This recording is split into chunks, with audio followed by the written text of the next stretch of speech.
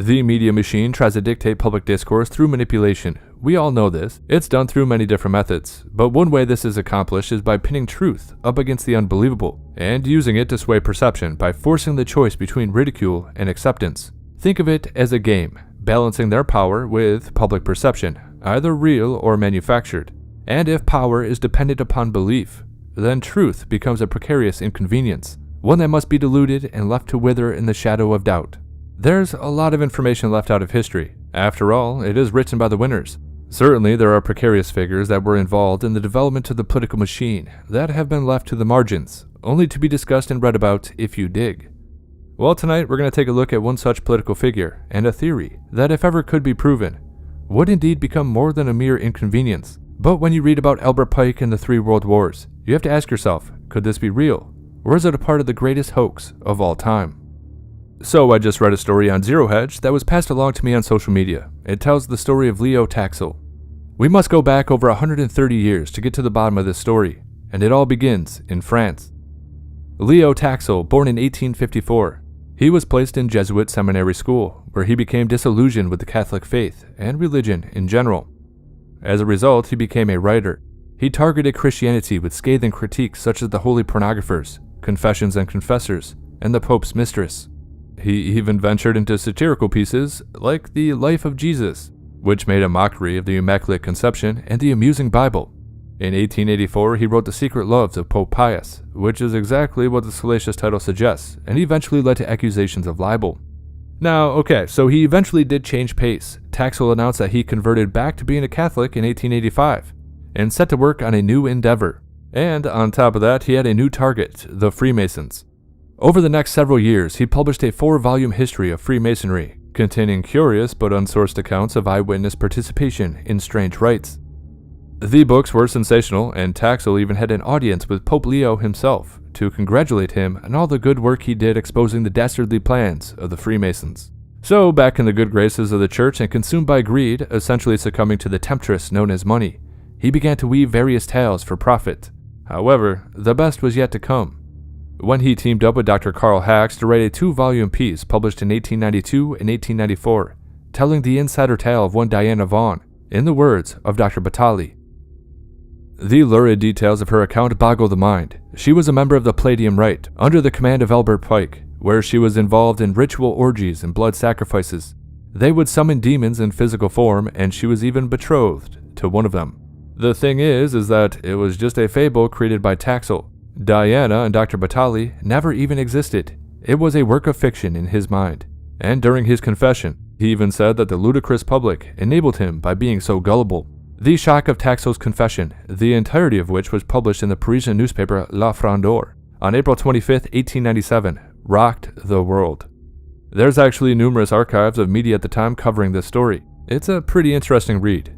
Regardless, I do have a few questions, because as we've all heard, oftentimes the best lies have a little bit of truth to them. The fact of the matter is that Albert Pike did hold occult beliefs, which were excised through the Freemasons.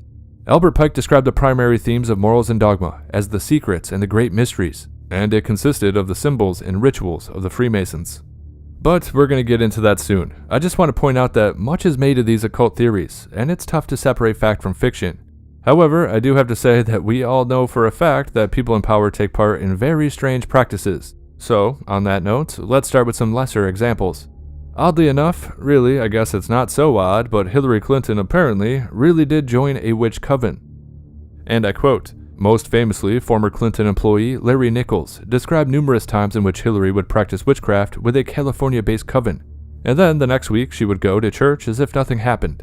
There's also some talk about communing with the dead, and I quote again, yes, that's right, before the emails, the Russian collusion hoax, various stories on corruption, or Benghazi, Hillary Clinton dealt with a much less controversial stain on her character, which was reportedly that she liked to talk to high-profile dead people. In the 1996 book, The Choice, How Bill Clinton Won, author Bob Woodward, no stranger to a good scandal, wrote that the former First Lady communicated with Eleanor Roosevelt and Mahatma Gandhi during her husband's term, though not Jesus, as that would have been, according to Woodward's retelling, quote-unquote, too personal. Yeah, I'm sure that's the reason she didn't try to contact Jesus. Yeah, sure. Jokes aside, from communing with the dead to palmistry, spiritualism has attracted many first ladies. While it is possible some ladies were better at concealing their practices, 5 in particular, Jane Pierce, Mary Todd Lincoln, Edith Wilson, Florence Harding, and Nancy Reagan, held moderate to strong interest in the occult. And that's according to Pat Kreider, the executive director of the National First Ladies Library.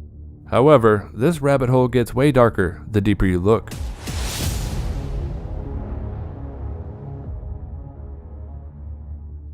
So, do you guys remember that time hundreds of the world's most powerful people were caught worshipping an owl god deep in the woods, partaking in ceremonies, and even concluding their little get-together with a mock human sacrifice? Yeah, Bohemian Grove. Remember when they said they were just goofing off and it's nothing to worry about, and then, everyone just moved on? Yeah, I remember that. You see the funeral pyre burning with the effigy of a human, or it could be real, ladies and gentlemen. There's been a lot of strange going on. We shall read the sign. Midsummer sets us free. You shall burn me once again.